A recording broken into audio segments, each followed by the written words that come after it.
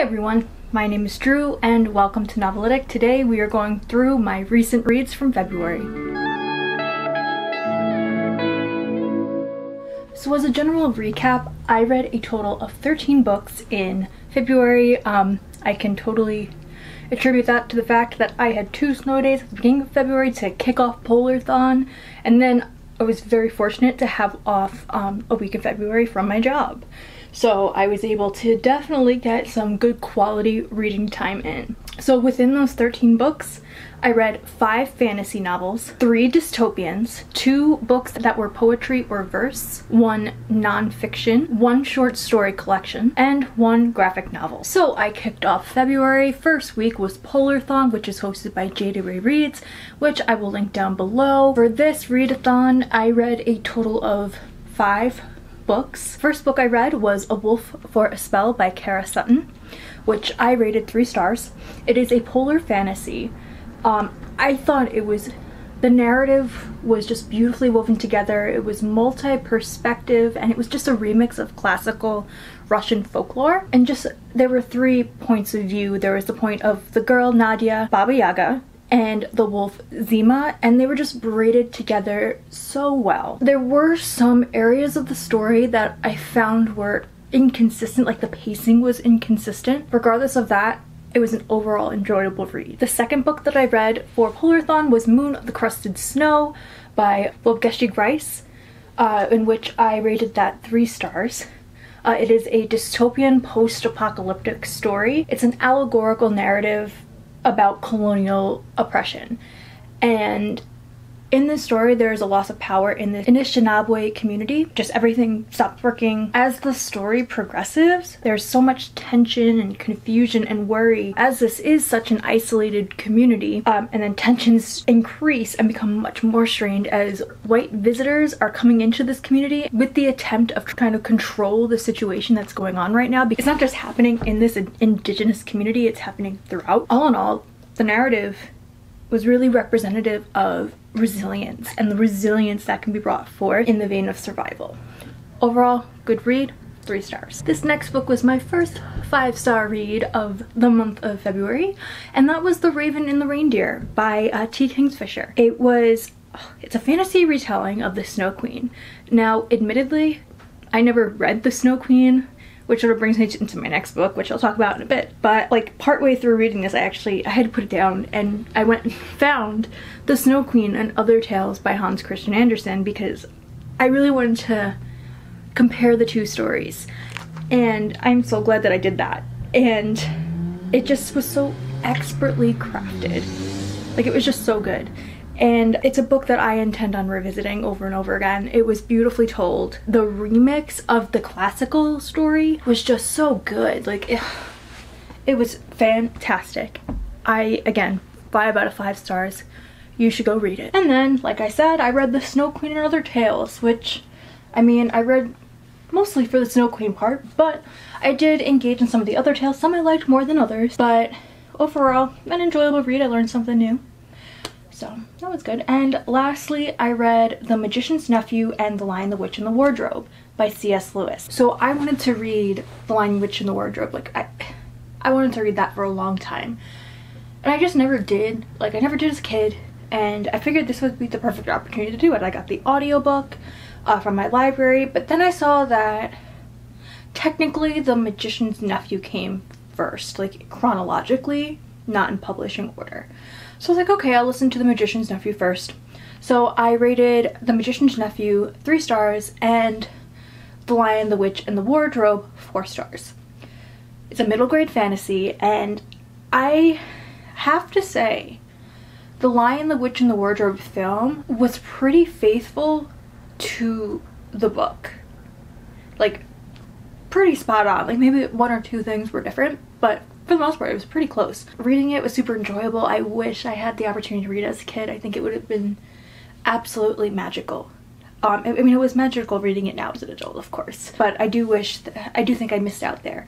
The prequel, on the other hand, The Magician's Nephew, I was not as much of a fan of. I kind of liked the mystery surrounding the wardrobe and Narnia. I kind of liked that it was just there, like there was just this portal. I don't know if I wanted to know its foundations.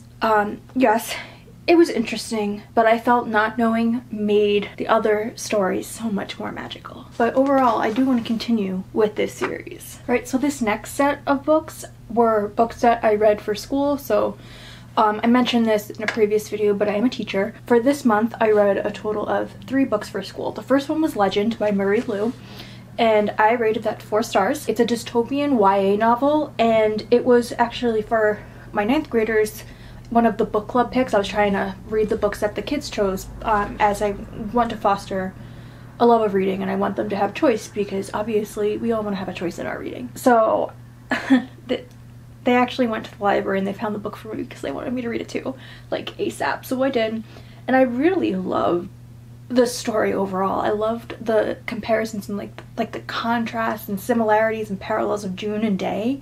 It is multi-perspective. I really do plan on continuing to read the series. I found the intrigue of the plague interesting, and I think it's a good way to introduce dystopian, especially to a teen. There were a few parts that made me really question it, so there were a few gaps. I don't want to say anything because it would be spoilery, but it just seemed like something that was such a huge motivation for one of the characters at the beginning was kind of forgotten about towards the end, and that just didn't jive well. Like, that just seemed to be just lost. And I mean, I'm sure it will come up again in the later books, we'll see, but just considering the trajectory of the story, it really should have been there towards the end of the book.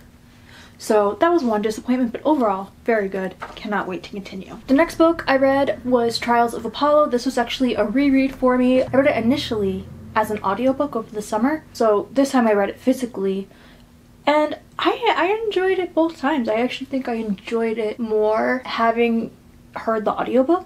Just the tone and like the voice in the book is just so fun, and we all sassy Apollo here. It was great. It worked as a really good springboard for my mythology unit, and I just love sort of like the Easter egg myths in there, just kind of scattered in, and just the twist of classical Greek myths. Once again, I plan on continuing the series. And what's actually pretty great about the Trials of Apollo, although there's definitely references to Percy Jackson, like that series, you don't have to necessarily have read Percy Jackson to go into this. So I only read the first 2 books in the Percy Jackson series, and I felt totally fine going into this series. However, I do plan on rereading it after having finished Percy Jackson to see if there's anything I didn't pick up on. But regardless, it was a good read. And then lastly, for school books, I read Among the Hidden by Margaret P. Haddix. This is actually, it's my 5th time reading this book.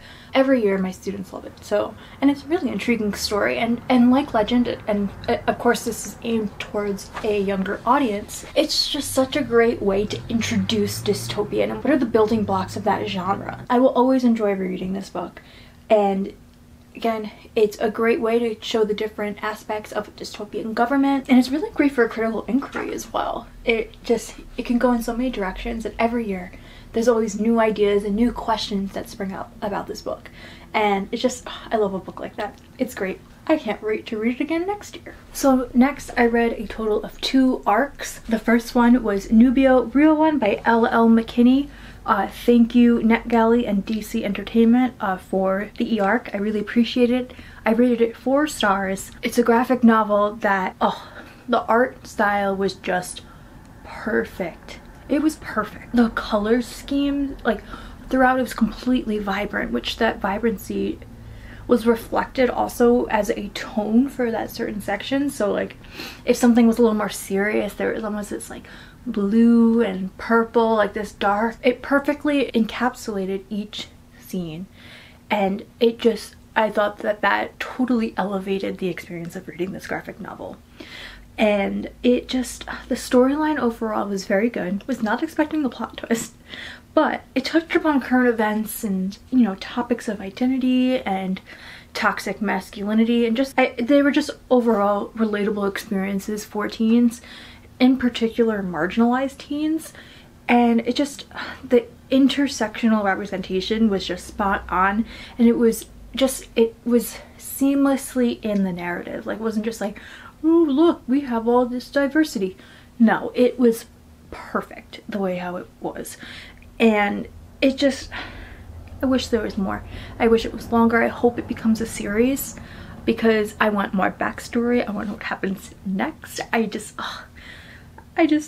want more. The next arc I read was Chlorine Sky by Mahogany L. Browne, which thank you again, Nat Galley and Random House. I gave this a total of 3 stars. It is a novel that is written in verse. It's a very honest depiction of teenagehood and friendship and just like the premise of like just navigating life as a teenager. The metaphors used throughout were really poignant and they really resonated with me, and it just, I don't know, it's just beautifully written. I will say at the beginning, it took me a little bit to get into it, but once I was in, I was hooked and I could not put it down. It was a lovely, lovely book written in verse. The next book I read was investigative journalism, and that was Yellow Dirt, an American story of a poisoned land and a people betrayed by Judy Pasternak.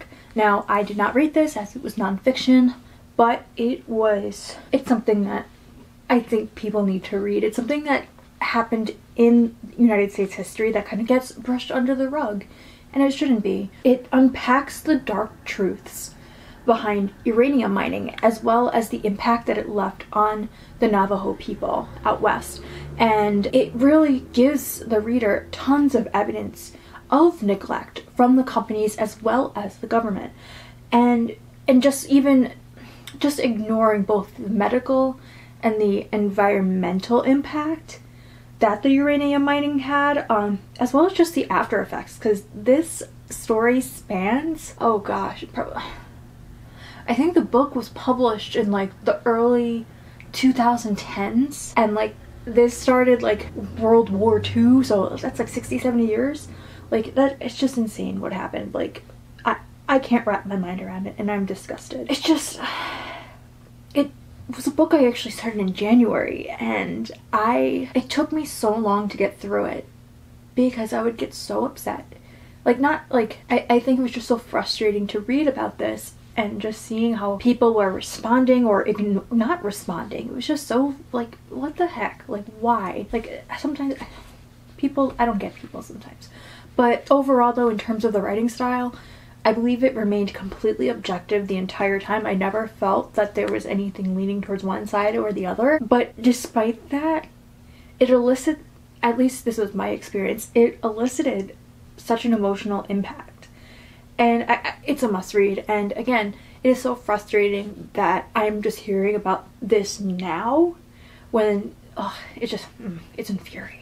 And the final book I read in February was Post-Colonial Love Poem by Natalie Diaz, which I gave 5 stars. It's a poetry collection. It was beautifully written. The imagery and the language was just, it was so good. I thought it was very good. It really discussed what it's like to be a woman, an Indigenous woman, and sort of the erasure of Indigenous women. I would check some own voice reviews for this. It's just, again, an absolute must read.